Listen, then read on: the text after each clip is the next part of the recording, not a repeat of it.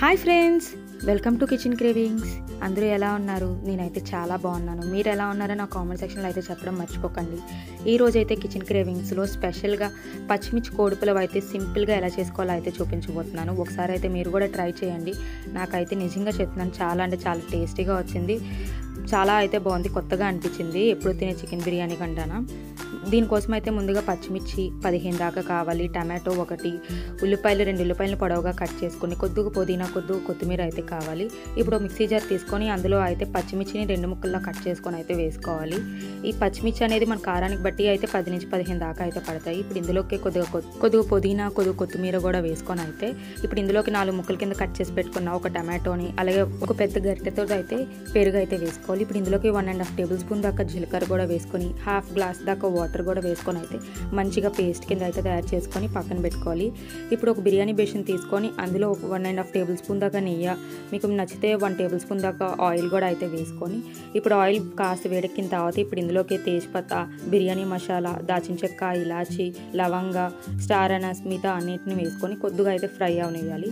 ఇవి ఇలా కాస్త ఫ్రై అయిన తర్వాత ఇప్పుడు మనం ఇందులోకి ముందుగా పొడవుగా కట్ చేసుకొని పక్కన పెట్టుకున్న ఉల్లిపాయలను అయితే నలుముకుంటూ అయితే వీడియోలో చూపిస్తున్న విధంగా వేసుకోవాలి. ఇలా వేసుకోవడం వల్ల అయితే మనకి ఉల్లిపాయలు అనేవి త్వరగా వేగుతాయి. అలాగే దాంతోపాటు మొత్తం అన్ని ఉల్లిపాయలన్నీ మెత్తగా గోల్డెన్ బ్రౌన్గా సరిసమానంగా అయితే వేగుతూ ఉంటాయి.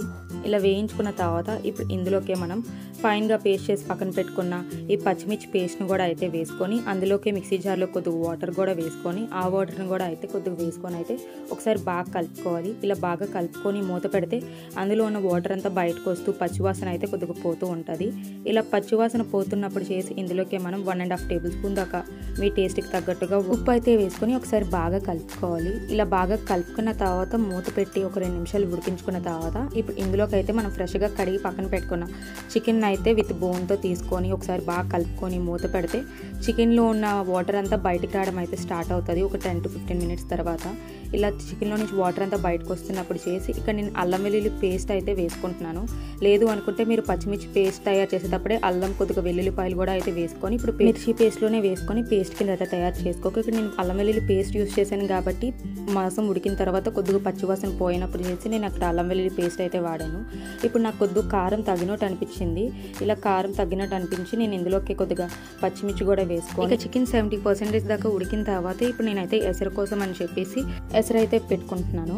ఇక్కడ నేను పులావ్కి నేను 2 గ్లాసులన్నర దాకా బిర్యానీ రైస్ అయితే వాడుతున్నాను. దానికి తగ్గట్టుగా అయితే నేను గ్లాస్కి గ్లాసున్నర చొప్పున వాటర్ వేసుకొని ఒకసారి బాగా కలుపుకొని మూత పెట్టి 3 నిమిషాల దాకా అయితే మూత పెట్టి ఉంచుకున్నాను. ఇక్కడ 3 నిమిషాల తర్వాత ఎసరంతా బాగా మరుగుతున్నప్పుడు చేసి నేను ఇక్కడ అయితే 2 గ్లాసులన్నర దాకా బియ్యం తీసుకొని అయితే వేసుకుంటున్నాను.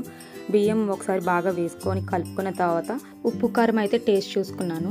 ఉప్పు కారం సరిపోకపోతే అది ఒకసారి సరి చేసుకొని నేనైతే మూత పెట్టి ఇక 10 నుంచి 15 నిమిషాల పాటు అయితే లో ఫ్లేమ్లో పెట్టుకొని అయితే ఉడికించుకున్నాను.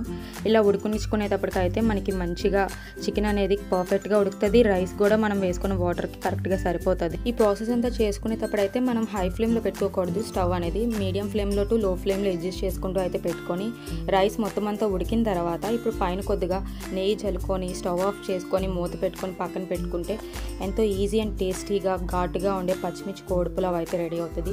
దీన్ని చికెన్ కర్రీతో లేదా రైతో కానీ టేస్ట్ చేస్తే చాలా అంటే చాలా బాగుంటుంది. మీకు కానీ నచ్చితే లైక్